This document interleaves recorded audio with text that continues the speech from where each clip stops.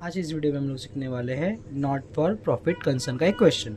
यहाँ पर एक क्वेश्चन दिया हुआ है, from the following receipt and payment account of Sahu college Kolhapur for the year ended 31 March 2020 and additional information.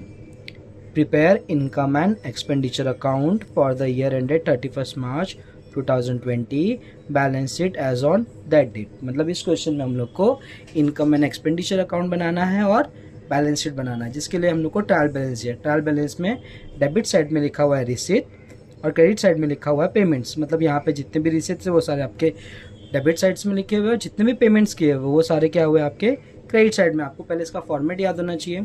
अब जो रिसीट साइड में ये दो जगह पे जा सकते हैं ज़्यादातर। एक तो होगा ये आपका या तो इनकम होगा या तो आपका होगा ये लायबिलिटीज़, और जो आपका पेमेंट साइड है ये आपका होगा एक्सपेंडिचर या तो असेट्स। अब इसे हम लोग पोस्ट करते हैं। पोस्ट करने के लिए एक ईजी तरीका है, जैसे आपको बस रिसीट साइड में देखना है कि ये लायबिलिटीज़ है कि नहीं। मतलब आपको सिर्फ लायबिलिटीज़ और असेट्स भी पता है तो इससे हम लोग इसका ईजिली पोस्टिंग कर सकते हैं। जो पहला ये कैश दिया है हम लोग को, ये होता है ओपनिंग बैलेंस, तो ये हमें कंसीडर नहीं करना होता है। अब ये इंटरेस्ट लिखा है, इंटरेस्ट हम लोग का लायबिलिटीज़ नहीं है तो ये आपका आएगा इनकम में। डोनेशन हम लोग का लायबिलिटी नहीं है तो ये इनकम। ट्यूशन फीस ये भी लायबिलिटीज़ नहीं है। एडमिशन फीस ये भी लायबिलिटीज़ नहीं है। ड्रामा रिसिट ये भी लायबिलिटीज़ नहीं है। रेंट फ्रॉम यूज़ हॉल ये भी लायबिलिटीज़ नहीं है। लेगेसीज ये लिखा है यहाँ पर कैपिटल, मतलब ये लायबिलिटीज़ है। इसके अलावा जितने भी सारे चीज़ें ये सारे हम लोग के हो गए इनकम। उसी तरीके से हम लोग पेमेंट साइड में जाएंगे। पेमेंट साइड में हमने देखना है कि वो असेट्स है कि नहीं। अगर असेट्स रहेंगे तो असेट्स में जाएंगे, अदरवाइज वो सारे एक्सपेंडिचर्स में जाएंगे। जैसे यहाँ पे लिखा है सैलरीज, ये हम लोग का असेट्स नहीं है। प्रिंटिंग ये भी असेट्स नहीं है। बुक्स हाँ ये असेट्स है। फर्नीचर ये भी असेट्स है।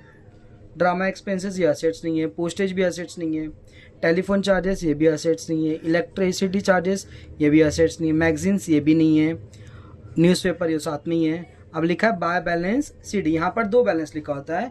एक लिखा होता है टू बैलेंस सीडी, मतलब ये ओपनिंग दिया है और आपको क्लोजिंग दिया है, तो आपको ओपनिंग को कंसिडर नहीं करना होता है, क्लोजिंग को करना होता है। और जो आपका कैश और बैंक है ये दोनों आपका जाएगा असेट्स में। अब असेट्स के अलावा जितने भी एक्सपेंस लिखे हुए चीज़ें वो सारे आपके एक्सपेंसेस में जाएंगे। जैसे सैलरीज है एक्सपेंसेस, एक्सपेंसेस ये भी एक्सपेंसेस, ये सारे आपके चले जाएंगे एक्सपेंसेस में। इस तरीके से आपका पोस्टिंग हो जाएगा। आपको क्या करना है कि जो रिसीट साइड है, रिसीट साइड में देखना है कि आपका लायबिलिटीज़ है कि नहीं। अगर लायबिलिटीज़ होगा तो लायबिलिटीज़ बन जाएगा, अदरवाइज ये कहाँ पे जाएगा पूरा इनकम में। और वैसे ही पेमेंट साइड में देखना है कि आपका असेट्स है कि नहीं। अगर असेट्स होगा तो असेट्स में जाएगा, अदरवाइज कहाँ जाएगा सारा ये एक्सपेंडिचर में। तो इस तरीके से ईजी तरीके से हम लोग ये इनकम एंड एक्सपेंडिचर को पोस्ट कर सकते हैं। फिर यहाँ पर हम लोग को कुछ एडिशनल इन्फॉर्मेशन दिया है। अब आपको पता ही है कि जो ट्रायल बैलेंस होते हैं उसके एक इफेक्ट होते हैं और जो एडजस्टमेंट होते हैं उसके दो इफेक्ट होते हैं। जैसे पहला एडजस्टमेंट लिखा है आउटस्टैंडिंग सैलरीज। अभी सैलरीज आपका क्या है, एक्सपेंडिचर है, तो एक पहला इफेक्ट आएगा ऐड करना है आपको। किस में ऐड करना है, सैलरीज में। एंड सेकंड इफेक्ट कहाँ पर आएगा, लायबिलिटीज में। अभी सैलरीज कहाँ पर है, जहाँ पर भी सैलरीज होगा उसको स्टार करना है। यहाँ पर सैलरीज है, इसे स्टार कर दिया। स्टार इसलिए किया है क्योंकि इसके ऊपर है एडजस्टमेंट और इसे इनर कॉलम में लिखना पड़ेगा। फिर आपको सेकंड एडजस्टमेंट लिखा है 60% of donation are for the building fund and the balance is treated as a revenue income. तो आपका जो बिल्डिंग फंड है उसमें क्या करना है, आपको डोनेशन में से 60% लिखना है माइनस करके। पहले देखना डोनेशन कहाँ पर है, यहाँ पर, इसे स्टार करना है। तो आपको क्या बोला है, 60% डोनेशन किसके लिए है, बिल्डिंग फंड के लिए। तो जो डोनेशन है वहाँ से आपको 60% को डिडक्ट करना पड़ेगा और कहाँ पर ऐड करना है, बिल्डिंग फंड। अब बिल्डिंग फंड लिखा है, फंड आपका कहाँ पर आता है, लायबिलिटीज में आता है, तो यहाँ पर जाकर करो क्या हो जाएगा, ऐड हो जाएगा। पहले तो इस क्वेश्चन में अभी तक हम लोग को बिल्डिंग फंड दिया नहीं है, वो आपको नीचे दिया हुआ है। अब यहाँ पे लिखा है कैपिटल फंड, ये हम लोग का आएगा लायबिलिटीज में। बिल्डिंग फंड ये भी आएगा लायबिलिटीज में। फर्नीचर हम लोग का असेट्स है। अब इसके ऊपर ना ये एडजस्टमेंट है।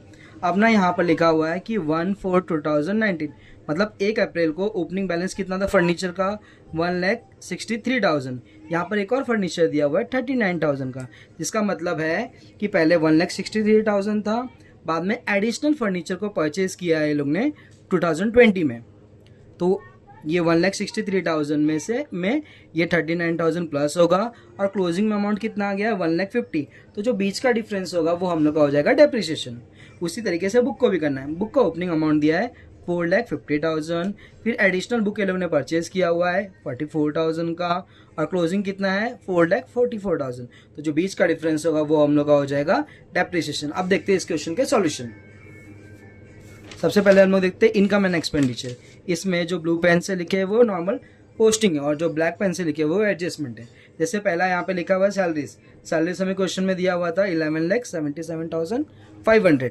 इसके ऊपर एक एडजस्टमेंट था आउटस्टैंडिंग सैलरीज। तो आउटस्टैंडिंग सैलरीज को हम लोगों ने क्या कर दिया यहाँ पर ऐड किया और सेकंड इफेक्ट कहाँ जाएगा लाइबिलिटीज में से बाद में देखते हैं, पहले से पोस्टिंग देख लेते हैं।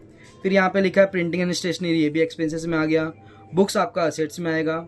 फिर drama expenses, postage, electricity, magazines, ये सारे क्या किए यहाँ पे जितने में भी एक्सपेंसेस ई लिखा हुआ है वो सारा आपने यहाँ पर लिख दिया और जिसके ऊपर एडजस्टमेंट था उसे इनर कॉलम में लिखा।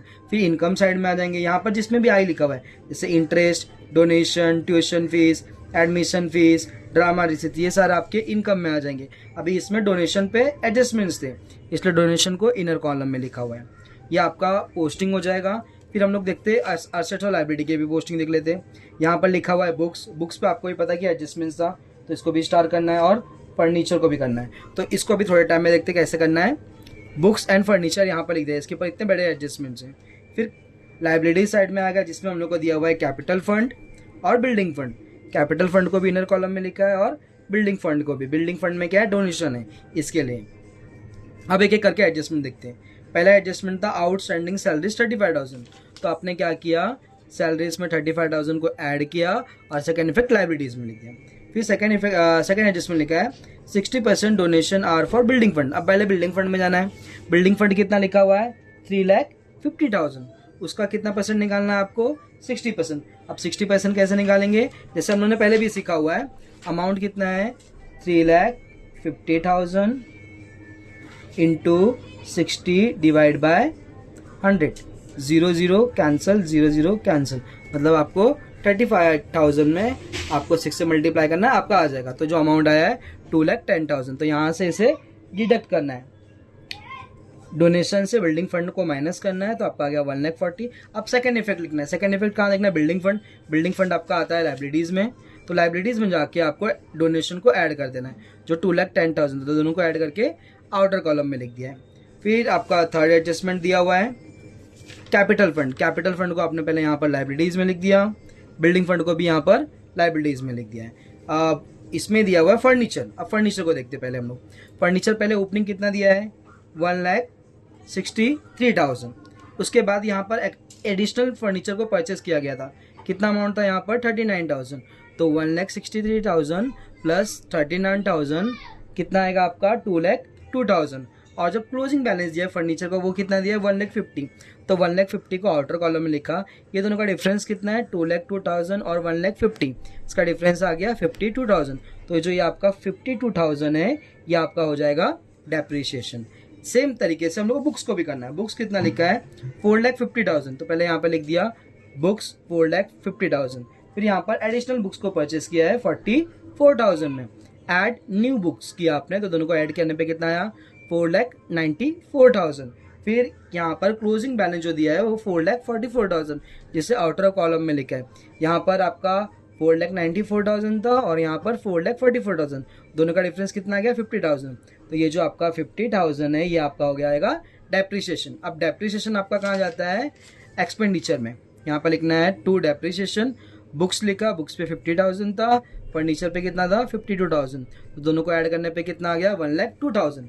इस तरीके से हम लोग का ये क्वेश्चन है। एक बार इसको वापस से रिवाइज कर लेते कि कैसे ऐसे किया हुआ है।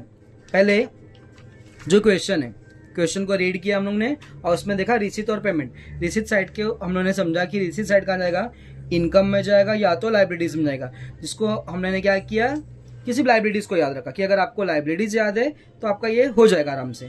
जैसे पहले लिखा था इंटरेस्ट, डोनेशन, ट्यूशन फीस, ये सारे को देखा मैंने। तो जो लाइबिलिटीज में है उसे लाइबिलिटीज में लिख देना और जो बचे उसे इनकम में। जैसे यहाँ पर सिर्फ लाइबिलिटीज में क्या था कैपिटल था तो कैपिटल को लाइबिलिटीज में लिखा। उसके अलावा सारे एक्सपेंसेस आपके चले गए सारे इनकम में आ गए। और यहाँ पर है पेमेंट। पेमेंट में आपको देखना है असेट से कहेंगे। जैसे बुक्स लिखा है असेट्स है, फर्नीचर असेट्स है और क्या असेट्स है।